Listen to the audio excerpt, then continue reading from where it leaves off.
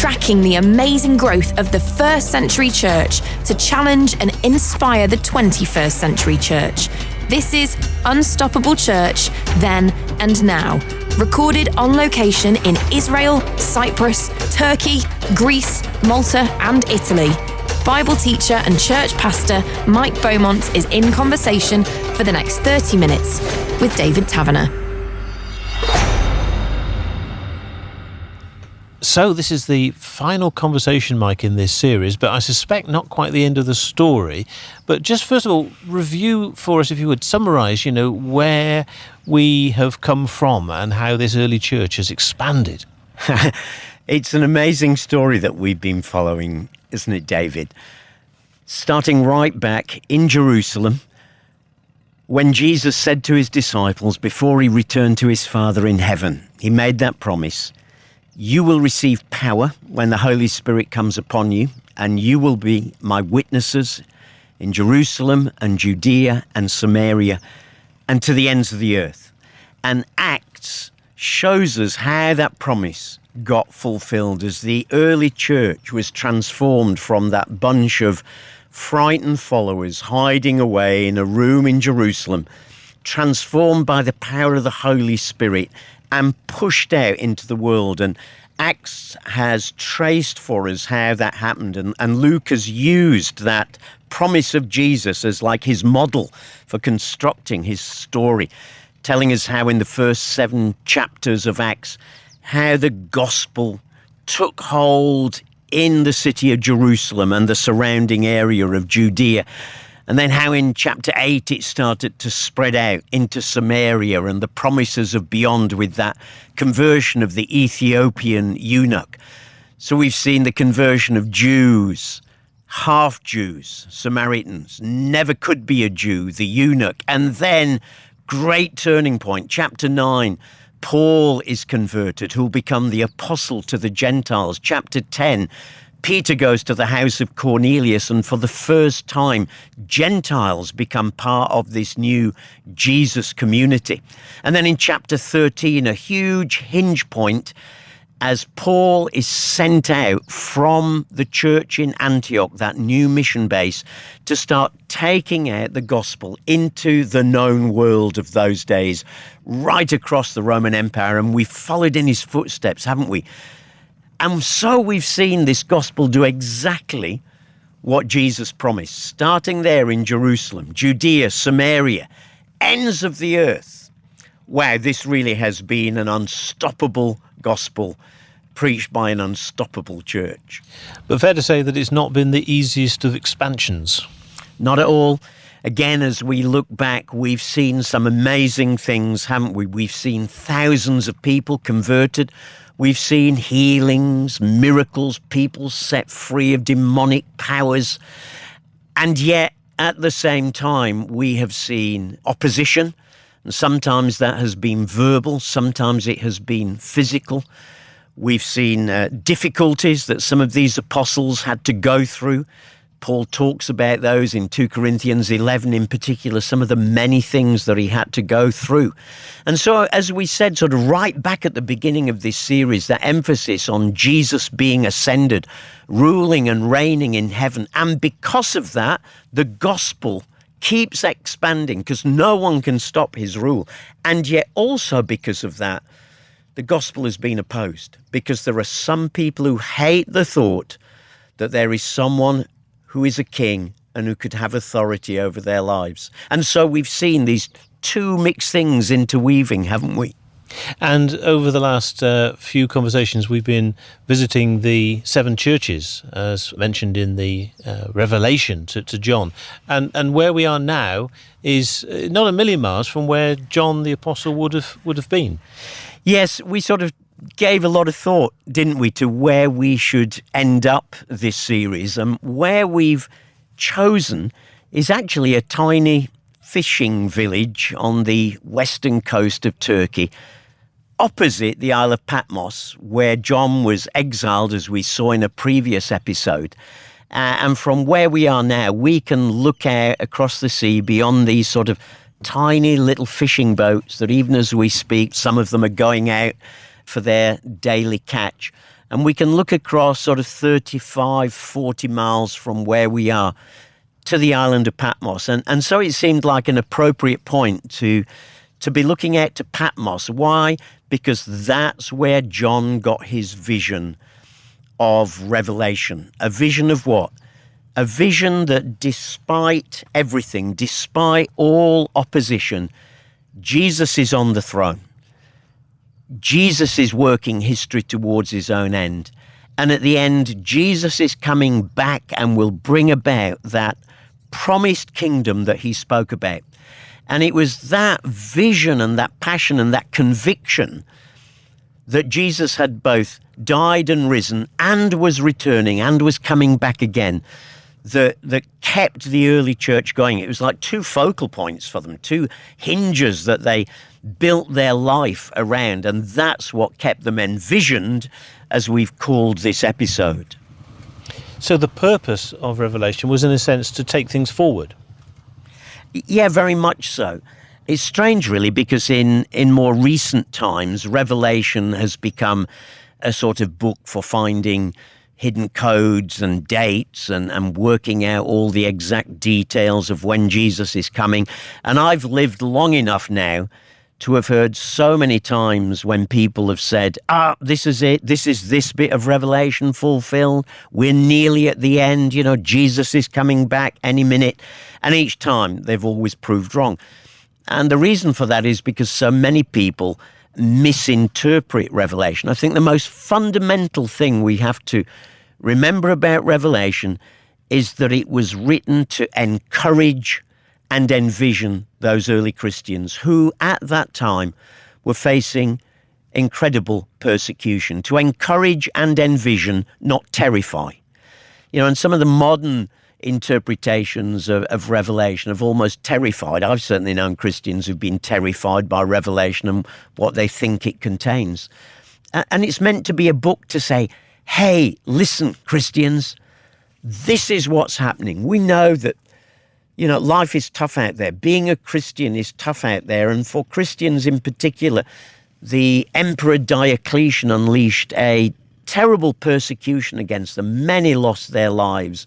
Many were burnt at stakes and thrown to wild animals. And so this was real persecution they were facing.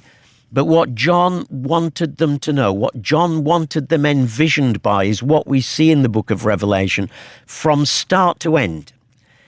Is that Jesus, the Jesus who lived and who was crucified and who rose again, is now reigning in heaven.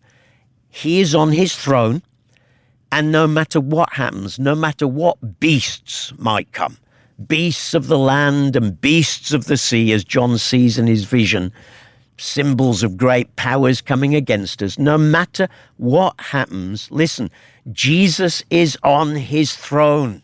John is saying, and he gets off his throne for no one. So don't panic, don't worry, hold on.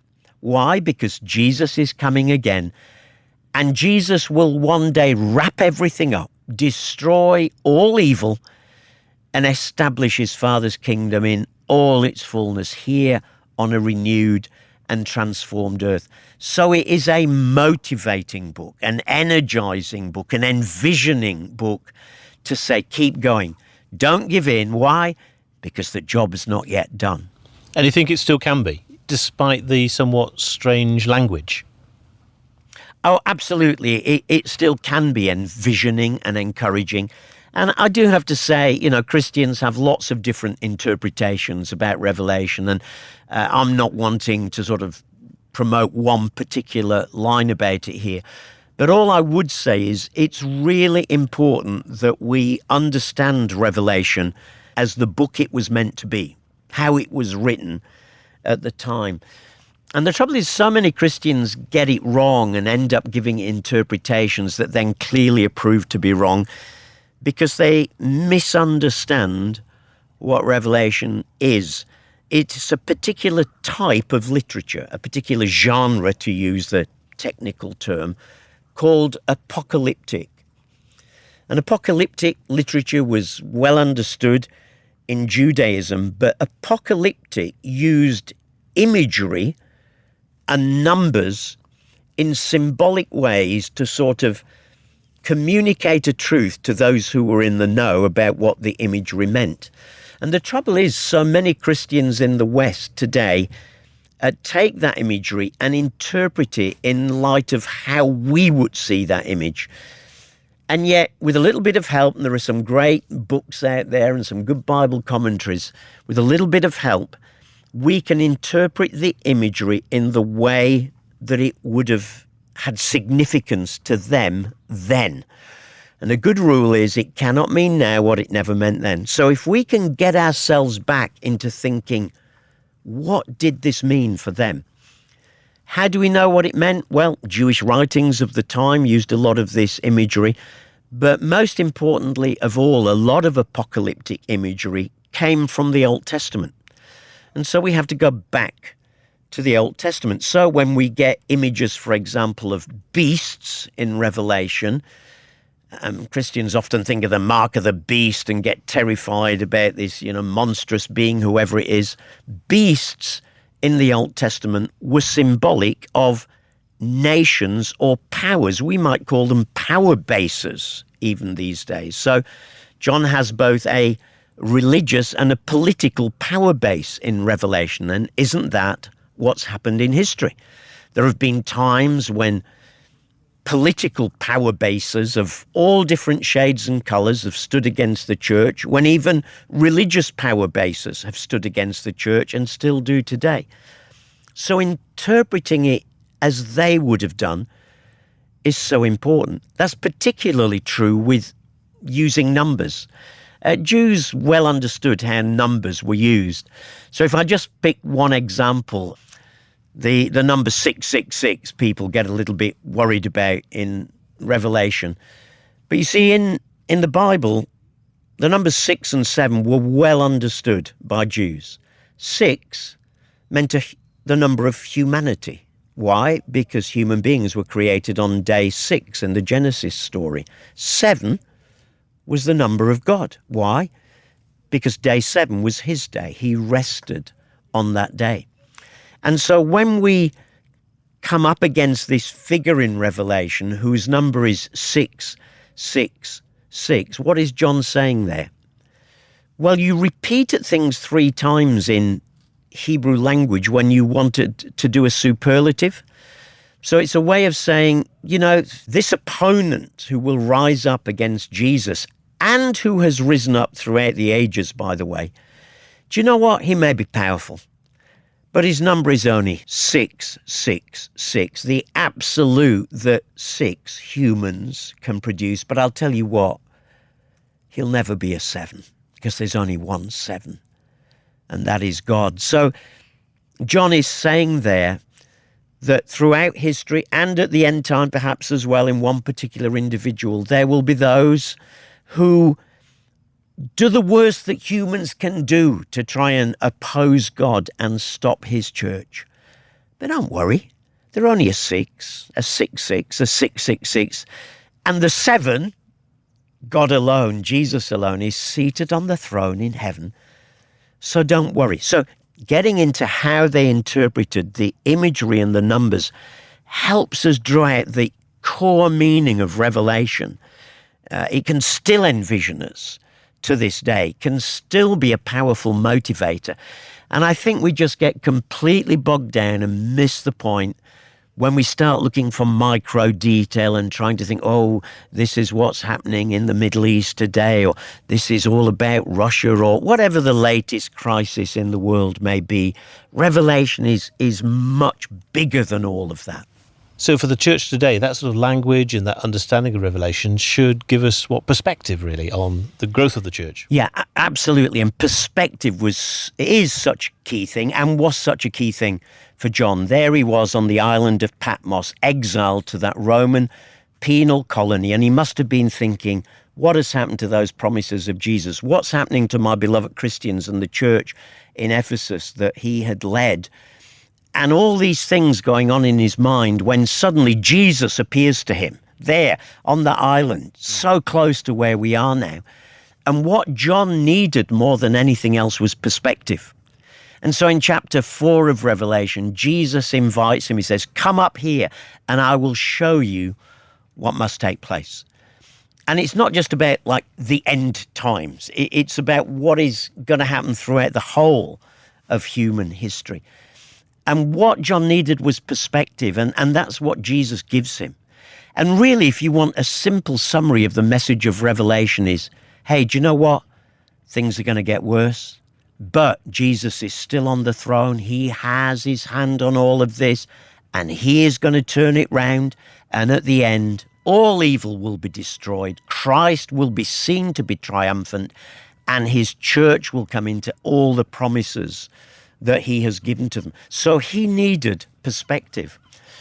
And I think today we still need perspective, don't we? We need to hear that response of Jesus, come up here. Come up here. Trouble is, we get focused on the other bit, and I'll show you what must take place. And so many Christians, particularly in the West, get obsessed with trying to interpret every detail of Revelation rather than hearing the, come up here, come up here. If we'll spend time with God, with Jesus, in prayer, in the heavenly places, that's when things take on a different perspective.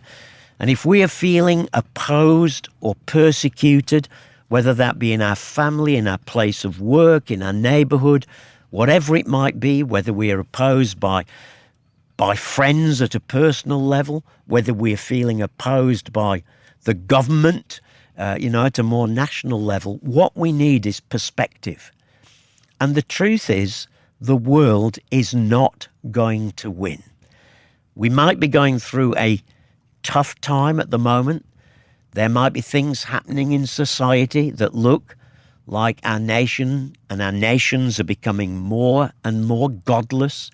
It might look like Satan and all his followers, all the 666s of the world, are triumphant. But Jesus says, come up here.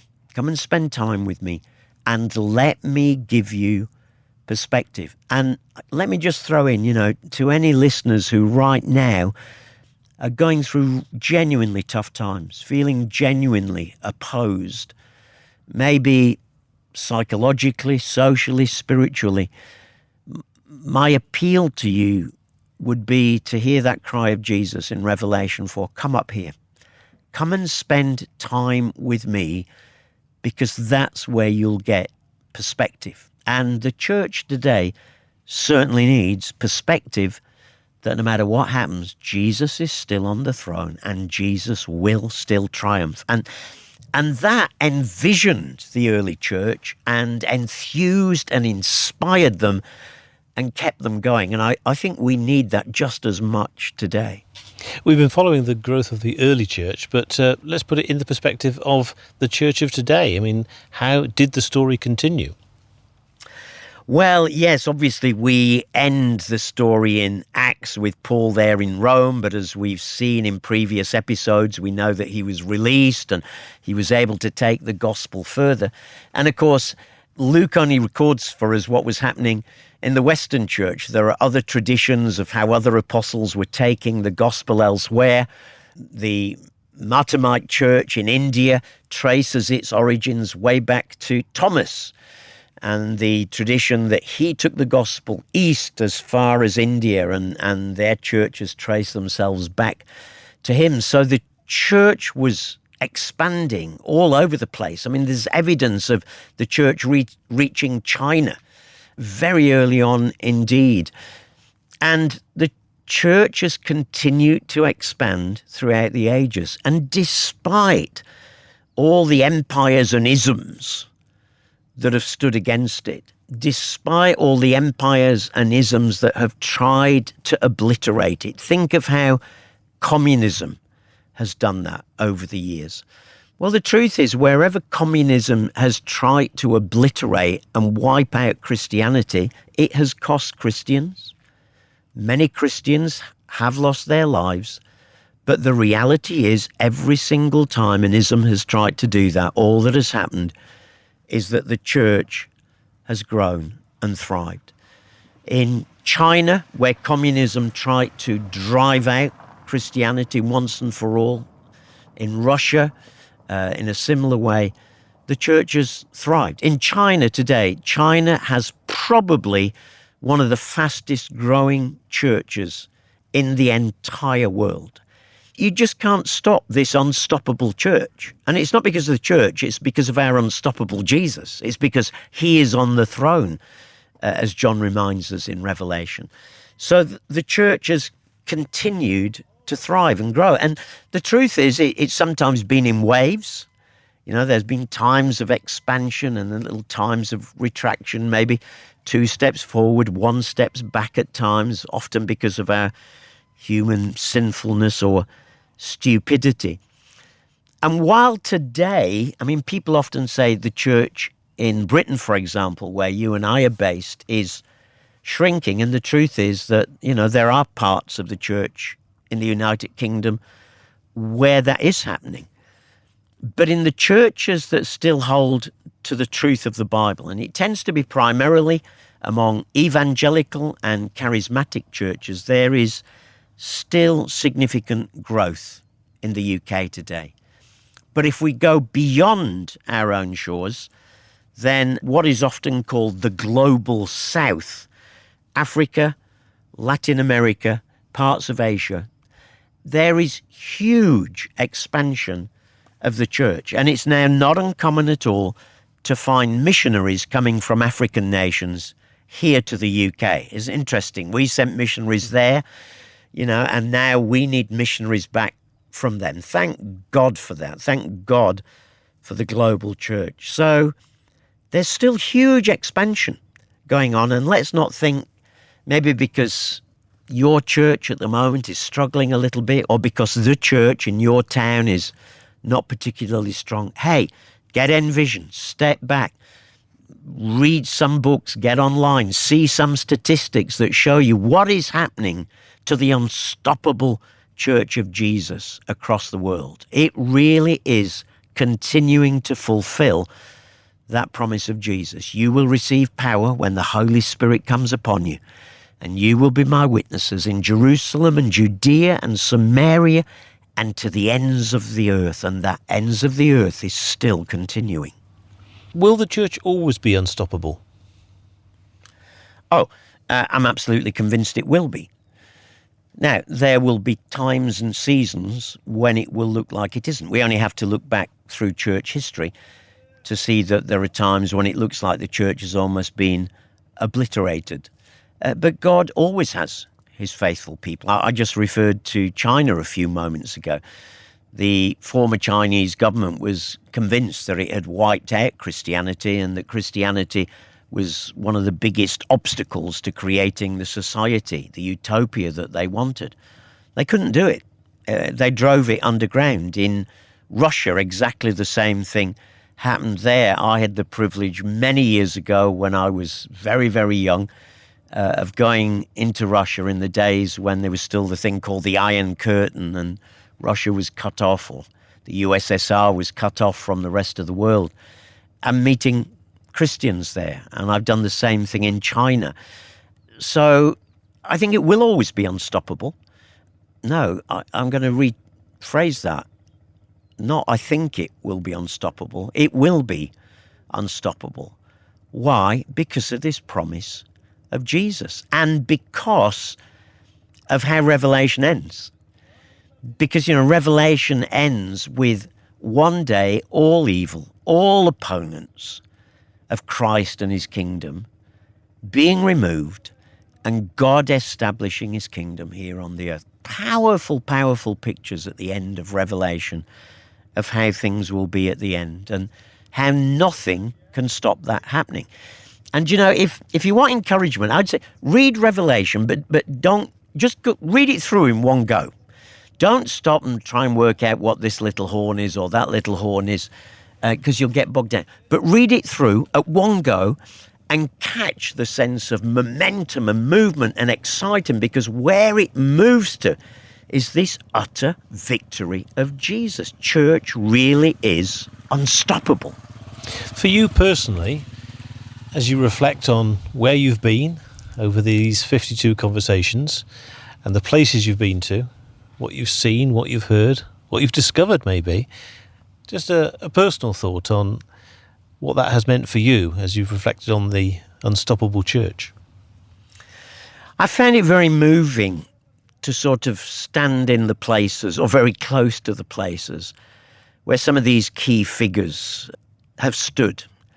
People like Peter and John and James and Philip and Paul and Silas and Barnabas and Priscilla and Aquila and all these other people that we've met, and of course many who weren't even named, who were part of this story.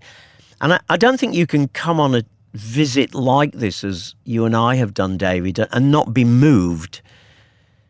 And particularly, you and I have had the privilege of travelling everywhere by jumping on an aeroplane or air-conditioned transport. And as we've said often, to think that people walked these huge distances, thousands of miles we've covered, and they did it sometimes on horseback, but often on foot in this incredible heat.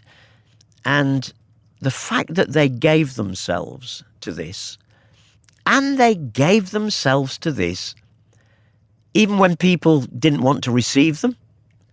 And we've stood in places where Paul, for example, was opposed and stoned, and a mob gathered round him to want to beat him up.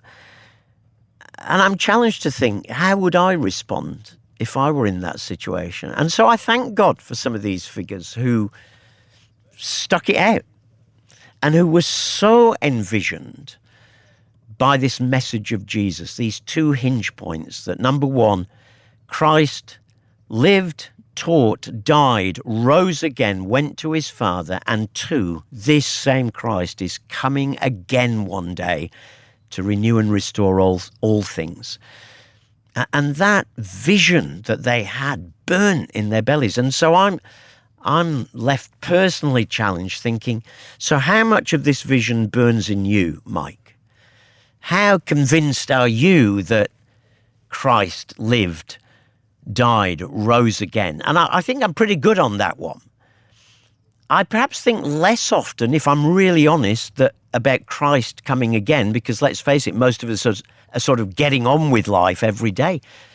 But this idea that Jesus was coming back was a powerful motivator. And what I love was that in the New Testament, they saw him as coming back, not just like as an emergency exit door. Quick, get us out of here fast. No, they wanted to keep on preaching the gospel for as long as they could, so that as many as possible could be part of that great number at the end when he established his new kingdom. So I'm challenged, I'm encouraged, I'm moved. And I think, if anyone ever gets a chance to do even part of the journey that we have, I'd encourage them to take up the opportunity, because it does bring your Bible alive to actually sit and walk and stand in places where some of these figures from the Bible themselves have been. I saw a car sticker a while ago, a bumper sticker as perhaps it might be known in America, which said, "Who is driving you?" And I think the thought behind that was the answer should be Jesus. Yeah, absolutely. And that's a really good question maybe for us to sort of round off this whole series that we've done. Who is driving you? And maybe our listeners have been following us throughout this series, and we could leave that question with them. Who is driving you? Is it still yourself and your own life and your own efforts? Well, we hope that you've seen something through this series of Jesus and the difference that he makes to ordinary people's lives.